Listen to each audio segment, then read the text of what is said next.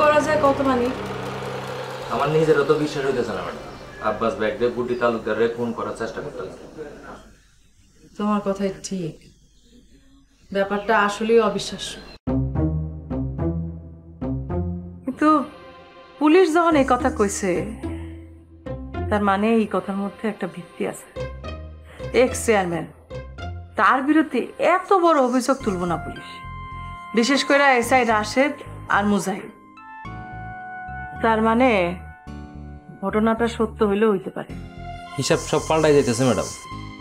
আরো পাল্টেব, আমাকেও আরো সতর্ক থাকতে হইব, আগের চাইতে আরো বেশি।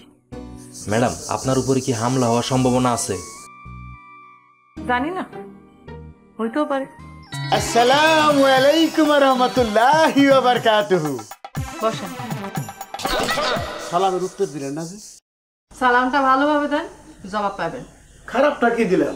মানুষের তো 100 টাকাটা মারে, যে সালামের কোনো মানে হয় না, আর আমি তো পুরাটাই দিছি। ভদ্রভাবে দেন। যাক, সালামের জবাব দেওয়ার দরকার নাই। বসতে কইছেন, বসি।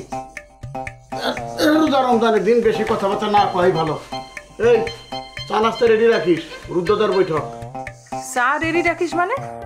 রোজার মধ্যে দিনে দুপুরে আবার কিসের চা?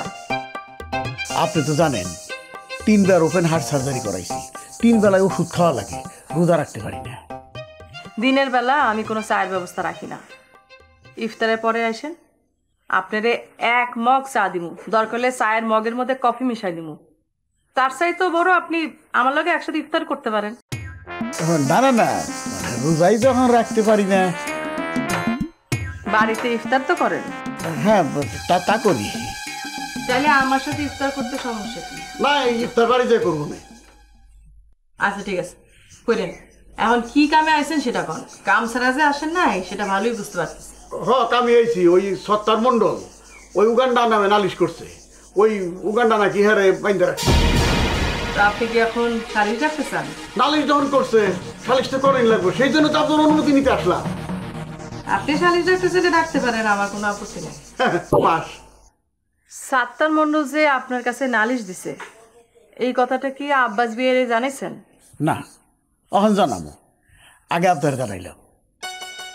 খুশি হইলাম, আপনারা দেখাও ভালো লাগতেছে। অনেক দিন পর আপনারা দেখলাম। কেউ না ডাকলে সহজে কোনো জায়গায় আসি না বা যাইও না, সস্তা হয়ে যাওয়া লাগে। ঠিক।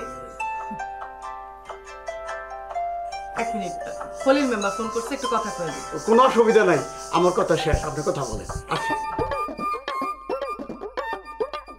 হ্যালো, এইসব কি শুনতেছি?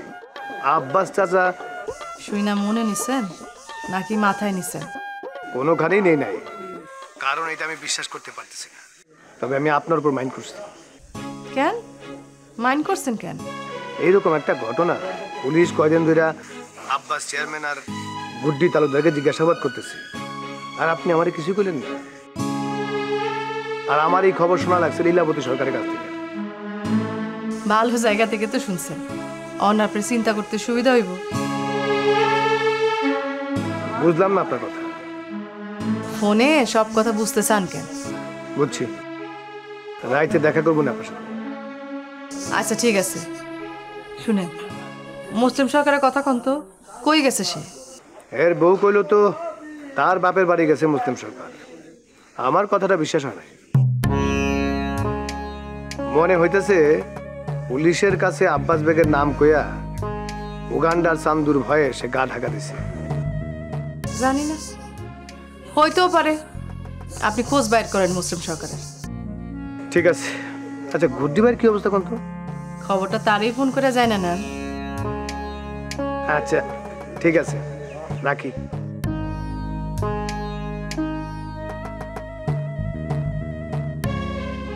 বকুলপুর টিভিতে প্রচারিত হওয়ার পূর্বেই সম্পূর্ণ নতুন এপিসোড দেখুন শুধুমাত্র দীপ্ত প্লেতে।